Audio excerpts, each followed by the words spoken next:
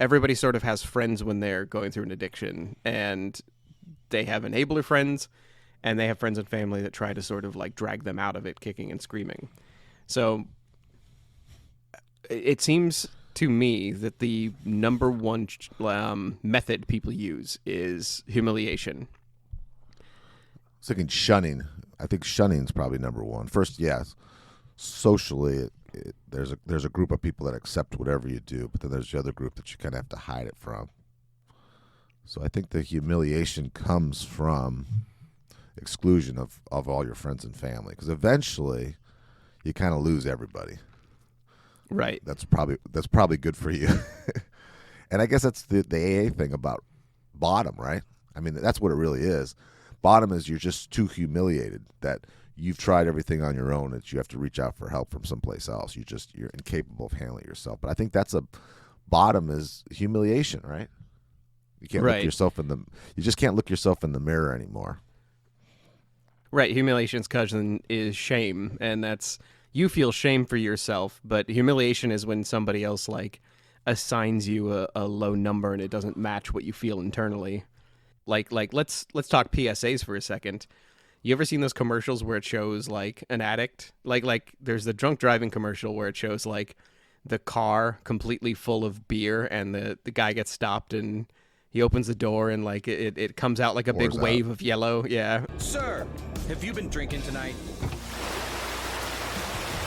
They will catch you and arrest you. And it's an anti-drunk driving commercial.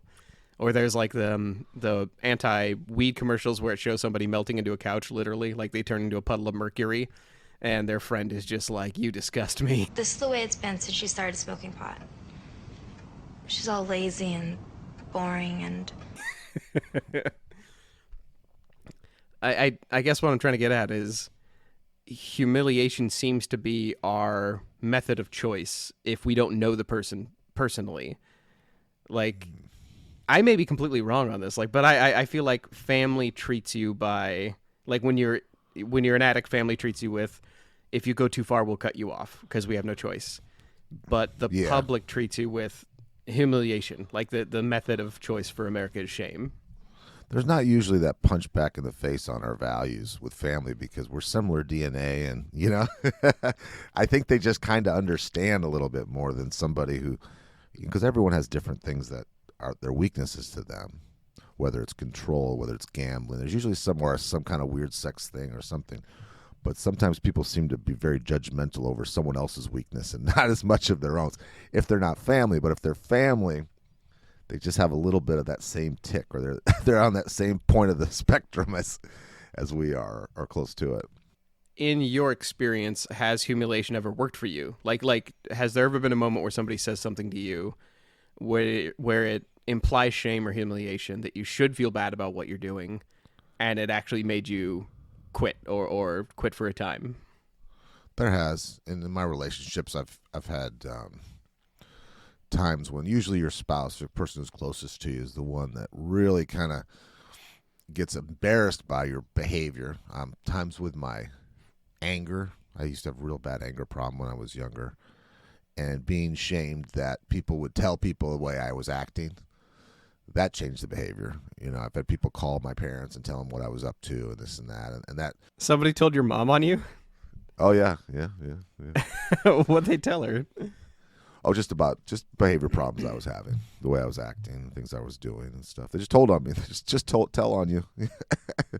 Okay. Yeah. Of course, the family's not at all surprised because you've been doing it for how many years. But they were in pain and they were trying to get change, and they thought, well, embarrassing works. And it does. It does work. Have you ever watched a humiliating or shameful PSA on TV and it actually worked on you? Yeah, no, you see those things. They'll say, this is what cocaine does to your body, and it talks about your brain. And you read it, and it sounds terrible. You don't want to have a stroke or have all these health problems. But it doesn't change your behavior at all. It doesn't slap you in the face. Right. You just don't understand it till you live it, till you start losing things, I think. Yeah. It's like the Nancy Reagan, just say no to drugs. Every day at school, This bully kept coming up to me and calling me a nerd because I wouldn't do drugs. And all the other kids were laughing at me. So I said, okay, and I did some drugs. The only way to stop abusing them is to stop using them. And while that was going on, the drug use doubled, tripled, whatever it was in this country. Right. So no, it doesn't work. Yeah. Yeah. Dare actually had the opposite reaction. Have you heard of their anti-fat threads on Reddit and on like online forums? It was like fat shaming. Is that what it is? That's exactly what it is. It's fat shaming. I didn't know how bad they were because like I knew that fat shaming was something that happened online, obviously, but I thought that had been kind of fallen out of style, right? Right. Well, Reddit started policing it. Like the reason I keep saying Reddit is because I found out that they had the largest fat shaming community online a couple years back, and it was to the point where, I mean, like hundreds of thousands of people came together because it was an easy place to like post pictures and centralize and basically humiliate other people. So they see someone in the grocery store and they take a picture of them and send it up there. Is that what it is? That's exactly right. It would be like Walmart pictures, and they would see somebody who was overweight in line, and they'd post it, and other Redditors would just like pile on them. Aren't we in the day and age of you're beautiful the way you are? You know, Victoria's Secret just did a thing where all their models look like they're a little bit more full figured, and they're getting away from the whip thin, hourglass, because that's their customers. Their customers don't look like the the typical Victoria's Secret models. Very, very few women do, right? That's not reflected by who we choose to humiliate. Because if I wake up in the morning and I'm not a writer, let's just like hypothetical here where I don't have anything really going for me, I want to feel good about being me without having to do a lot of work. And so it's easy to like pick out somebody who like I view as doing worse than me. It could be somebody who weighs more, somebody who's an addict, somebody who like pick anything, and you double points if it's somebody who seems like they have a choice about what they are. Like if you're an addiction, it's easy. If you have an addiction, it's easy to point to you and say, "Oh, that's a choice. You chose to be an addict. You're picking something up and using it." Or if you're fat, it's you literally had to buy that sandwich to get fat. So it's easy to get online and feel better about yourself if you don't have much going on by picking somebody else out and saying they chose to be worse than me. But you're not picking on people with MS or lupus, or you're not picking on people who are sick. It's not their fault, right? Right. I think that's why this fat shaming thread on Reddit lasted so long and got so big, is because you could justify it. It's kind of like how many taxes target vices. They call them vice taxes. Like people, how much is the tax on cigarettes now? Tobacco's is like twice the cost of even making them, right? Is all tax, like half of it's tax or whatever. Yeah. Right. Alcohol taxes, all those always pass very easily. Like because you're killing yourself. You're killing yourself. We'll tax you. Maybe you'll stop. Right. Exactly. So I think that's the overall message is we have a society where we believe if we humiliate you hard enough, you will stop whatever awful thing you're doing. And in reality, what we're doing is we're just benefiting from humiliating you. Like we're making money off a tax that hits you. If you're an addict, we're making money off of you if we're going to publish a PSA and get funding for it. We're feeling better about ourselves because we get to pick on you on Reddit, when in reality, like we're just sort of using you as an outlet. So I guess the big question for today is, does humiliation at a large societal level work? Like does any of this broad humiliation do anything whatsoever except make us feel better temporarily and hurt the person we're humiliating?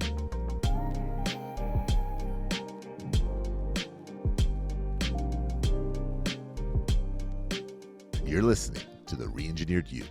This is a podcast about self-empowerment and all the myths, lies, and misconceptions we tell ourselves. Then we use science and history to bust those myths and re-engineer a better you. I'm your host, Todd Laments, the extrovert. And I'm the writer, researcher, and introvert, Joe Anthony, whose job it is to dig through the outer layer of no-duh on the internet. Today is part 2 in our 2-part series about humiliation. In part 1, we talk about humiliation for the individual, where it comes from, and why it's so dangerous. On today's episode, Humiliation Part 2, we'll get into the big picture humiliation, using humiliation as a positive force for change. Can we humiliate addicts into quitting their addiction? Can we humiliate fat people into losing weight? Or humiliate tax-dodging corporations into paying their share? I've got a really weird question for you. All your questions are weird, but go ahead. Yeah. Have you ever heard of the Rat Park experiment? Rat Park? No. What is that? Yeah. It was also called the Rat Heaven experiment. No.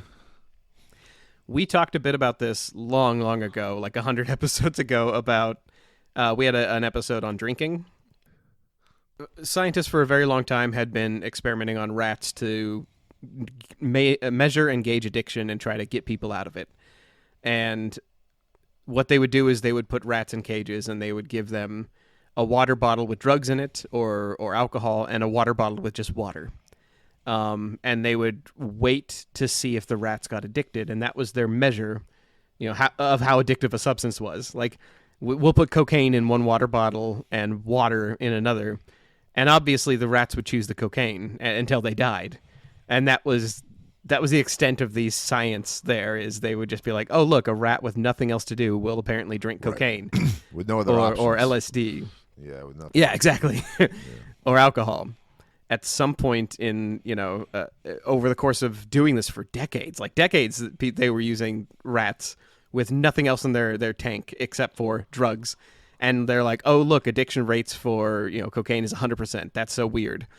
But at some point, a scientist came along and was like, well, hey, why don't we, put other things in this tank, like toys and other rats and a treadmill, and like give them outlets, give them things to do that aren't just, drink alcohol or drink cocaine. And they found out that addiction rates plummeted very, very quickly. And they expanded this over and over. Like this is a repeatable experiment. This wasn't a one-off. Basically, they found out that if you give rats an outlet, if you just give them everything they need that isn't the addictive substance, there is still a small percentage of addiction. We found out in our drinking episode, it's about 15%. There is a 15% in mammals across the board where addiction exists regardless of what the outlets are available, but it's not nearly as lethal as giving them nothing else to do, and it's not nearly as detrimental. Isn't that Middle America with the methamphetamine problems, where it just seems like that's what you see in these small towns, because there's nothing else to do, and that seems to be the overall general opinion of why drugs are so rampant in these areas and not in more populated cities. Just bored, right? Just like the rats, If you're wondering what a empty rat tank with nothing but drugs looks like, it looks like an apartment in the east part of Portland. Like we've seen that rat tank where there's just alcohol or cocaine to do. It looks like an apartment, and it looks like a miserable job. We can't capture humans and put them in tanks or put them into crappy apartments for a duration. But yeah, we keep trying to humiliate people out of their bad behavior, and in reality, it's just, well, they don't have other outlets, and we're not giving them other outlets. We're just trying to humiliate them out of the behavior. Like we're effectively making it worse, and there are just a slew of studies. Like one of the ones that I found that was really great was a Statista reporting that talked about Portugal decriminalizing drugs. They overnight decriminalized absolutely everything. Like they made all substances legal, and they implemented, like, they were losing the drug war bad. Like we have a quote unquote war on drugs here in America, and it's not going well. Like we're losing addicts at an alarming rate. We have, like we've now decriminalized marijuana in how many states? Like 17 or something like that. 19, I think, last count. Yeah. And we are just dumping ridiculous amounts of money into the drug war. We spend $51 billion annually on the war on drugs. Just imagine if that was put into like education or the healthcare system. Anything other than that. Yeah, Curing anything cancer. other. Yeah. Jeez. And if you're wondering what does that look like if it's the opposite, like, well, we need to spend $50 billion on the war on drugs, otherwise we will have addicts all over the place, pooping in our lawns and stealing the rims off of our cars, but that's not the case. When they decriminalized all drugs in Portugal, and they put just a fraction of that money into resources for addicts to get clean and sober, and they put a fraction of that money into places they could go to start recovery and outlets and counseling. And when I say fraction, it was a tiny fraction. It was like a quarter or a tenth of what they were spending on the war on drugs. They allocated that to resources, and they basically emulated the Rat Park experiment. They stopped their humiliating PSAs. They stopped humiliation tactics. They stopped basically, a cascade of humiliation, and they switched that over to acceptance and healthier laws. I'm not advocating drug use. I'm advocating smart taxes. And what ended up happening is a 50% reduction. Like they halved the deaths and they halved the addiction rates. Like they cut everything in half, and it's still sort of declining. And this, again, please check out our sources. If anyone is just like, well, these two podcasters love drugs, it's like, no. We hate humiliation and we hate spending money. Like I don't like tactics that don't work, and I don't like that we have continued with a Nixon era method of doing anything. Like we should evolve way faster than that as a people. You're a pragmatist, Joe. You're a true pragmatist. Right. There's a really good TED Talks by Johann Hari, and he basically breaks a lot of this stuff down. Like he hits a lot of the same beats. He's read the same articles, and he talks about how the opposite, if you want to kill as many addicts as possible, you use America's system. Like you do what we're doing now. If you want to save as many addicts as possible, the opposite of addiction isn't isn't to go to war on addiction. The opposite of addiction is acceptance. It's finding ways to plug people back into society.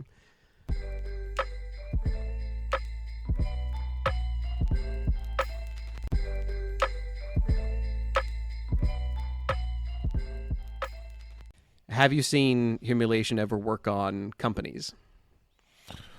Well, I think so. I think when there's the big lawsuits, sometimes I see, Nike had, or any kind of company. I remember Nike having lawsuits or bad press from working conditions for their workers and what they're paying overseas people, child labor, bad work conditions. I think that then they have to clean up that. So I don't know if it helps or if they just move it around and, kind of do some positive PR that as good Americans always do, we seem to forget and move on. We recently had an episode about the Princeton sex scandal, which honestly should have destroyed their reputation basically forever, but it didn't. Could you briefly talk a little bit about what we covered in that episode? Yeah, there was a professor, and he's a linguistics master, and he could speak 30 different languages. He's just a real charming, charismatic guy, but it turned out that he was having grooming relationships with a lot of younger undergrads and grads, and it was just almost kind of sexual predatorily setting up this. And then when he was called on and was asked to stop, his ego just went out of control, and his core values shone through, and he just, instead of apologizing and stopping, he doubled down and worked twice as hard. Right. He turned it political and said he was being canceled and attacked cancel culture, when in reality he was going after 18 and 19-year-old girls and grooming them for years. I'm starting to believe, and I don't know if you're with me on this, but doing this podcast and researching stuff like that has convinced me that I don't think corporations change unless they're humiliated. Like, if we talk positive forces of humiliation, I don't think it's an addiction and fat shaming that makes people more depressed and it makes them double down on their addiction.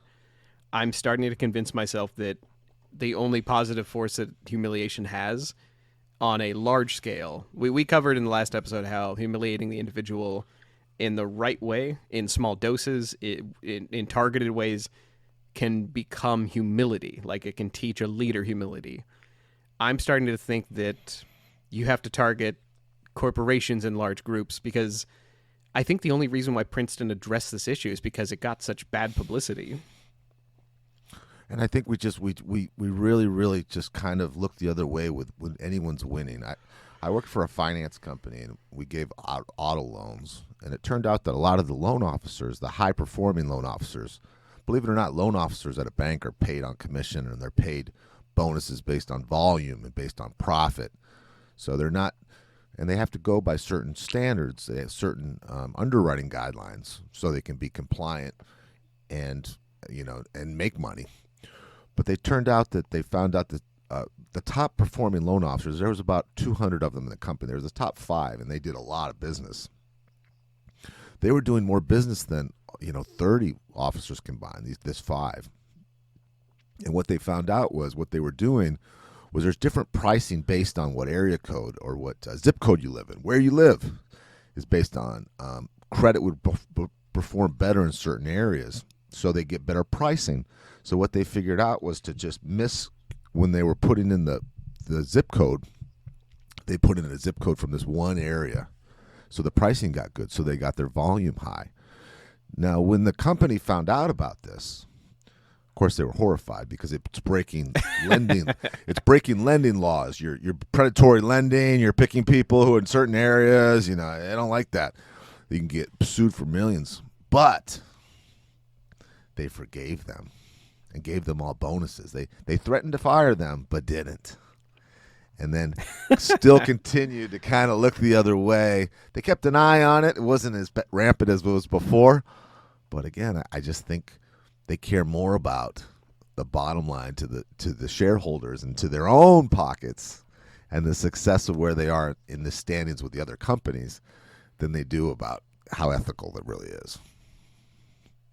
Right. Okay. It's funny you say that. I think that if humiliation doesn't last long enough for a company, I think that it goes from, we'll correct our behavior to here's bonuses for our people. I think they slip back into their old ways, even worse, like golden parachutes, because they were humiliated briefly in the press, but it wasn't like exposure. You know what I mean? Right. They didn't get caught. Not really. Close call. Yeah. Yeah, there's a difference between shaming and briefly humiliating somebody on Twitter and exposing their bad practices forever. Like the opposite of that, I think, is what happened at Wells Fargo, which is they got caught where they were having their employees like they had a system where if you didn't sell enough credit cards or open enough accounts for somebody as a Wells Fargo salesperson, you'd get fired. Like your numbers wouldn't be high enough, and they would just let you go and bring in the next person. The turnover was huge, and they had people sweating like their bankers at Wells Fargo were going to lose their jobs, and so they started opening fake accounts. Like they would call up their grandmother or their aunt or their brother and be like, I need to open an account for you. You don't have to ever use it. I just need this. Like I need this for my numbers. And they would open multiple accounts for people who didn't want them. They would open accounts for people who they didn't ask for them. Like somebody would call Wells Fargo to check their bank balance, and they would just casually like, oh, now that I've got your computer, your profile open on my computer, I'll just open a checking account for you, and I'll put it as like unused currently. Like they would open accounts that weren't being utilized or even looked at because the people who had them didn't know they existed. Speaking of scandals that do or don't change the behavior of a company, I think it's also possible for a company to be too powerful to be humiliated. Did you hear about Apple being caught tax dodging? Yeah, I did. I was doing some study on that. This is very interesting. And this is tax evasion goes back to about 2013. And Tim Cook, the CEO, was brought in front of the Senate because it turned out that an American company, Apple, has 3 major parts of their business that's somehow based in Ireland. And so $100 billion plus is now stashed away in these 3 Irish companies that you control, but nonetheless it's in their legal name. And the question is, will you bring them home? And so they did the old thing where they grill them, and they said, how much money can these companies, and the Senate was saying, why are you doing all this just to avoid paying taxes in the country where you live and where people work? And what they figured out was by moving over to this small company in Ireland, they made $30 billion but hadn't paid tax in 10 years. And then another section of that same Apple company did $22 billion in profit and only paid $10 million in tax. You've told us in one place, I believe, Mr. Cook, that you do not intend to bring those monies home unless our tax rates are reduced. Do check this out in our research links. It's very funny to watch Tim Cook get grilled by the senator. Have you seen it, Joe? We're going to play a clip of it, but there's an incredible moment where he's like trying to get out of the question, will you move your $100 billion that you have moved offshore? Are you going to move that back to America? I don't remember saying that. Is it true? I said I don't remember saying. No, I'm saying, is it true that you're not going to bring them home unless we reduce our tax rates? Well, I have no current plan to bring them back at the current tax rate. All right. And Tim Cook is like, we can't say what we're going to do in the future. We don't know what our plans are yet. And he's like, are you going to do it right now? And he's like, no, we're not.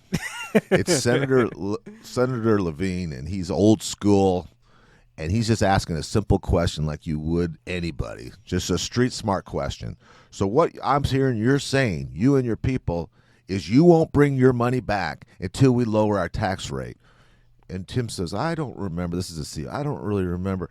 And then finally, in a very just simple way, he says, well, yeah, I mean, at this current tax rate, we're not going to bring it back yet. And it's like, so Levine's just rolling his eyes. You feel like he's going to jump out of his chair and strangle this billionaire. It's very insulting. It's very insulting to all of us to have to watch this and listen to this and not say, just answer the damn question, But it's such an amazing video, and it points to a larger problem to me, which is I hadn't heard of it. I know Apple users. I have used some Apple products. They're so huge as a company. I had no idea they were like flagrantly, openly tax dodging, and that they had been caught and grilled by the Senate, and that this video was online. I had no idea about any of this. That humiliation didn't work, obviously, because they didn't stop doing it either. Sorry to spoil too much, but they never changed their policy after that grilling. This happened 10 years ago, and they didn't even blink. They can absorb that humiliation because they're so big. His values, the CEOs and the company's values are very clearly that they give two shits about paying taxes. What they care about is their shareholders' money and their profits, period. They're not trying to be patriotic, tax-paying Americans. Not interested. That's what I took out of it. No thanks. Yeah. I went looking for something to counter that. I wanted to know what it looks like when big companies actually do get humiliated long term.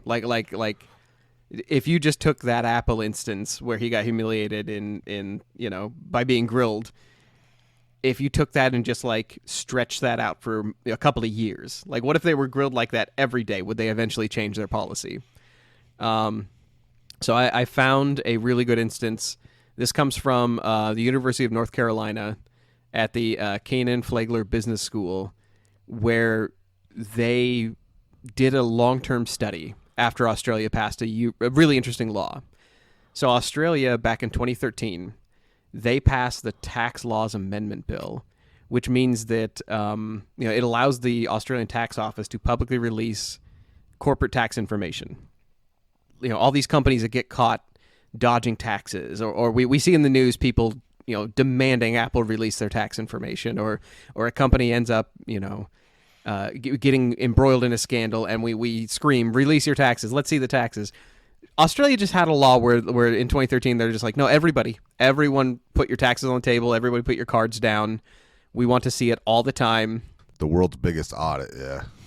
Exactly, yeah. It's the world's biggest business audit, and it's nonstop, and it makes businesses sort of like weep and sweat because they're everything is on the table. 1,800 companies were disclosed on 2 separate dates. Like, that's how this started. Now, what happened was there was a mass shaming right away. People like went to the streets and were like boycotting different businesses, and they found out that, how many of them are pulling an Apple where they're moving their money overseas, so they don't have to list. pay. You're on the list or you're not, right? You're a thief or you're not. Yeah, exactly.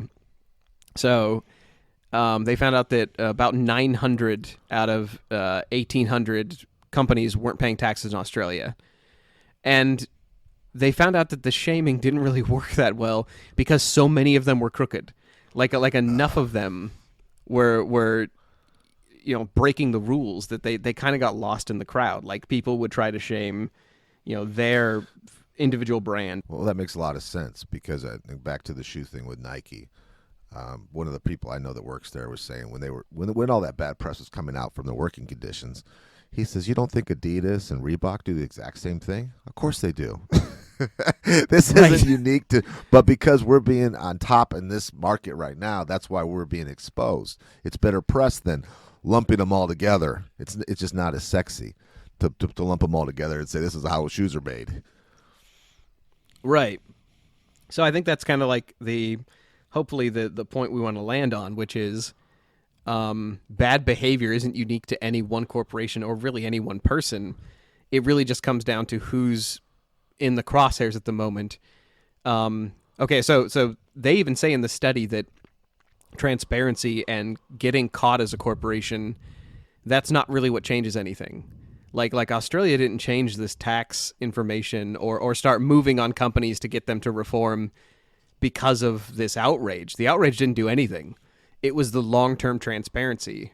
They say in this quote, they say in this study, quote, "Our thinking now is that legislation was never intended to provide more transparency.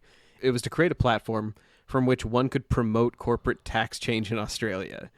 They go on to say that the Australian tax office needed that platform of, X hundred firms don't pay tax in Australia to make people excited enough to actually change anything. So it's not about outrage and humiliation for the moment. It's not about the Princeton sex scandal, getting a single teacher fired. It's about awareness and long-term transparency, and it's about, making people outraged enough to change law.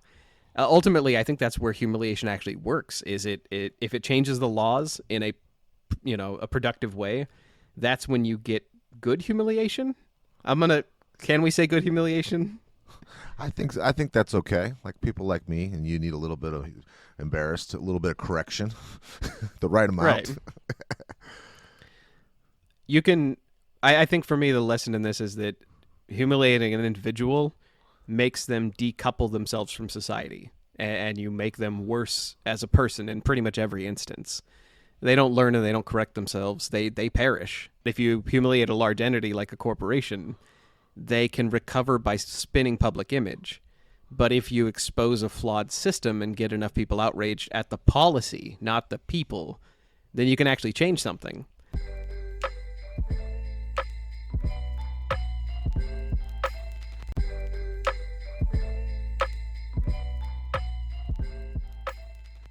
Yeah, let's talk about something lighthearted. Like, I'm in it for finding out where, if we have landed on the idea that humiliation can be a positive change to laws and to policy, let's look at something that is a policy or a law that has actually benefited from humiliation. Do you have an example for us? I do. Bogota, Colombia, which is a very beautiful, big country, but it has a very, very high, because of the drug trade, a very high crime rate. So a new mayor in Bogota, being in politics in Colombia is very dangerous, as the world knows. But there was, believe it or not, in this one city, there was 1,500 carjackings in a year. That's like everyone who is taking a taxi or Uber to work instead just like grabs somebody else out of their car and takes that. That is so many. And so, and the driving there, so it's extremely dangerous to commute. There's a lot of carjackings, there's a lot of kidnappings, there's a lot of murders, a lot of people hit by cars. So the new mayor comes in, and this is just becoming an out of control problem. So what he does, he gets a real interesting philosophy on this, and it's almost like an artistic way of handling this. Instead of the usual police with badges and nightsticks and guns and pistols and shotguns in Colombia, policing the streets for traffic police, he hired mimes to do it. And I mean mimes, I'm talking about ones you'd see in a circus or actual like clown mimes. Absolute clowns. Well said. More clown-like. And so when he painted them up and he put them in, it cut traffic deaths in half instantly. He also would paint red, kind of like the silhouettes of people who had died in different places, not as a tribute, but as a reminder that it's dangerous. So people who are driving, when they see these clown face friendly things without guns, without badges, without authority, who weren't writing tickets, it broke everyone's state. And when they see the red paint on the street, it makes them stop and pause and think, I don't want to die today, and I don't want to kill anyone today. So it's a very interesting and effective way of lightening the mood in a very, very dangerous city. I don't think I'd stop for a mime. Like I this sounds weird, but like I don't know if a mime's humiliation would work on me. But then again, I'm not surrounded by the public right now. Like if I was jaywalking or like, I mean that's okay. Isn't that kind of what horns are supposed to do? Like we all know that a horn is supposed to tell people to get out of your way, but honestly, isn't it just to draw attention? Well, I think it's hard to be mean to somebody who's nice to you, and I'll give you an example where you've seen this and where you see where it's effective. Have you ever seen a certain intersection? There'll be one of those kids that goes out there, spins a sign for a furniture store or for whatever it is, for a tax place, and they're very animated. They'll dance around, they'll play guitar, and you get to a point where every time you see that person, you smile and you stop, and then you get to that intersection, you look forward to seeing them. Even though you know how tacky, corny, silly it is. I compare it to that. And you can see everyone at the intersection has the same exact feeling in their mind and in their heart when they see that person. Oh. So it'd be kind of like if that person was entertaining everybody, but also once in a while they would tell you to please slow down or please don't, Yeah, it's not authoritative at all. It just changes. It's a different approach. It's just a soft, friendly, warm approach. So the mayor who did this, I just want to kind of like go through his bio just a little bit to be like, this couldn't possibly be.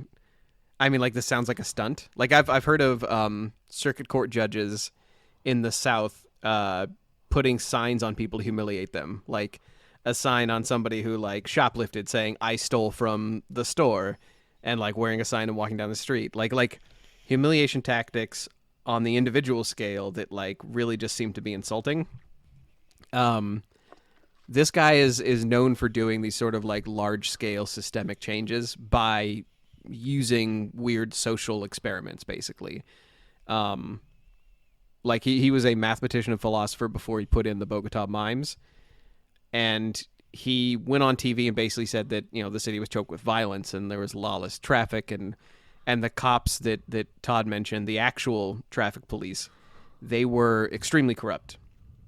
Like they were known for like taking money to look the other way and for stopping people in traffic because they needed cash, like not because they wanted to stop you in traffic to stop anything. They just knew that pulling somebody over meant somebody would hand them a bribe so they could go on their way, because otherwise they would be sitting in prison for nothing, and they'd have to prove that they had done nothing, which would take them a lot of time and resources.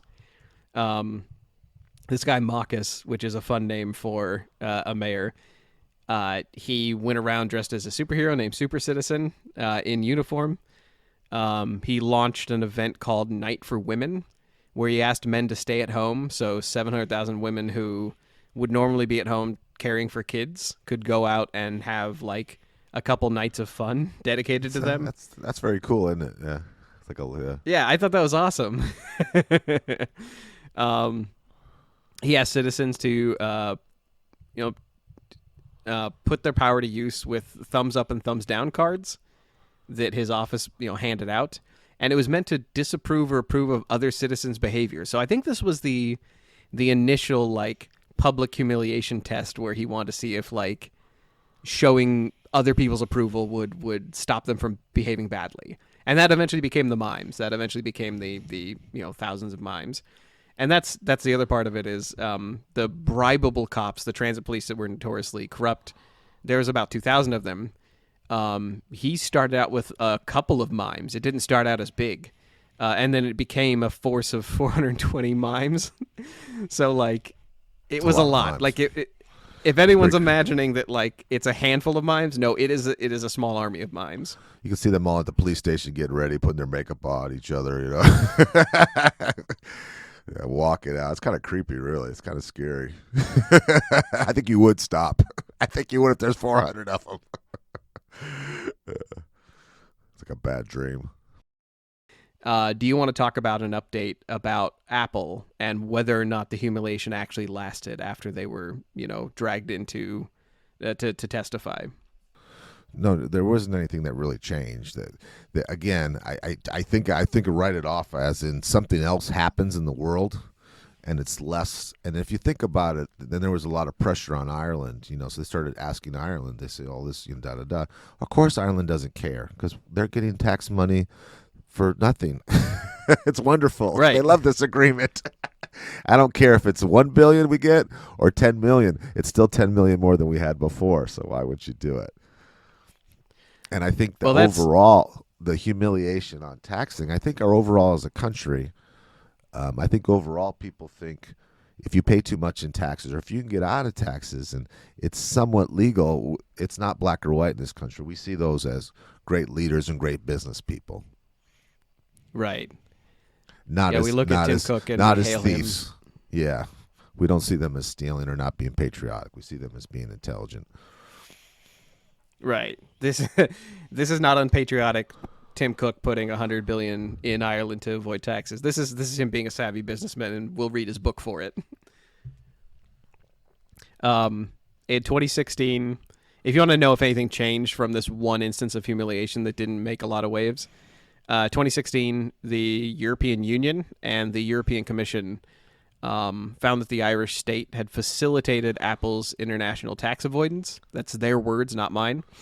And they ordered that Ireland would have to collect 13 billion euros, about $15 billion, in unpaid taxes from Apple. That they're saying that's from years and years. I mean, that's from that's not much. Yeah. Right, exactly. That was in 2016, and pretty much right away, the General Court of the European Union overruled the Commission's decision and found in favor of Apple and Ireland. So they reversed the decision. They said, no, you don't have to pay taxes. It's fine. Sorry for the inconvenience. Right. So Apple won that round. However, this is super recent news. This was last year. Ireland itself got mad. So, like, we talk about humiliation works only if there is, like, law or policy change. Ireland changed its tax laws to kick these companies in the balls. There's an article we're going to share from The Verge that talks about how they weren't just targeting Apple, even though that was a huge factor. It's at Ireland Thursday, or Ireland last year joined an international agreement that sets taxes and profits for multinational corporations at a minimum of 15%. So that's like, that includes, and you said, what other companies are doing this? Other companies, including like Google, Apple, and Facebook all kind of use this trick. So anybody who's tax sheltering in Ireland will now face 15%, which, I mean, that's huge compared to, what they're paying now.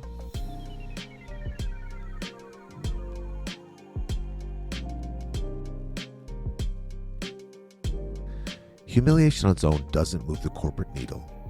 On our last episode, we learned that humiliation can't hurt you if you have rock-solid values.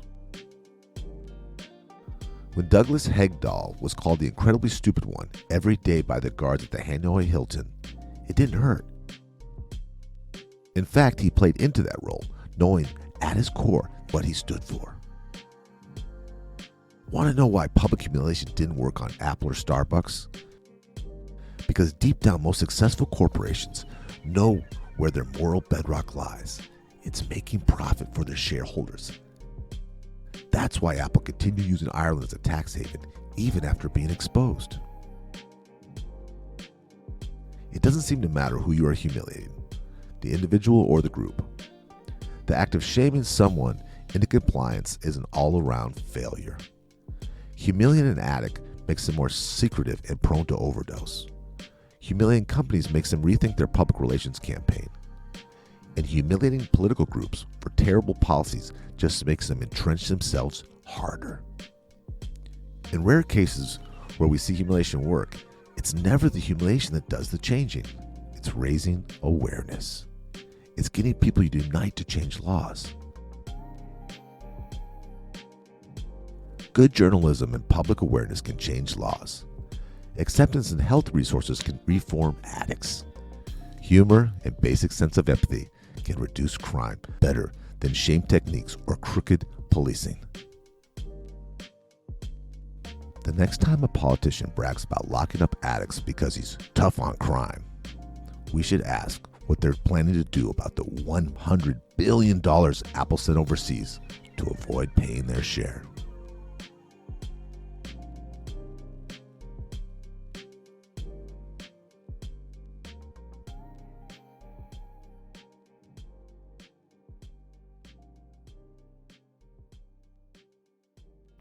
You've been listening to The Re-Engineered You.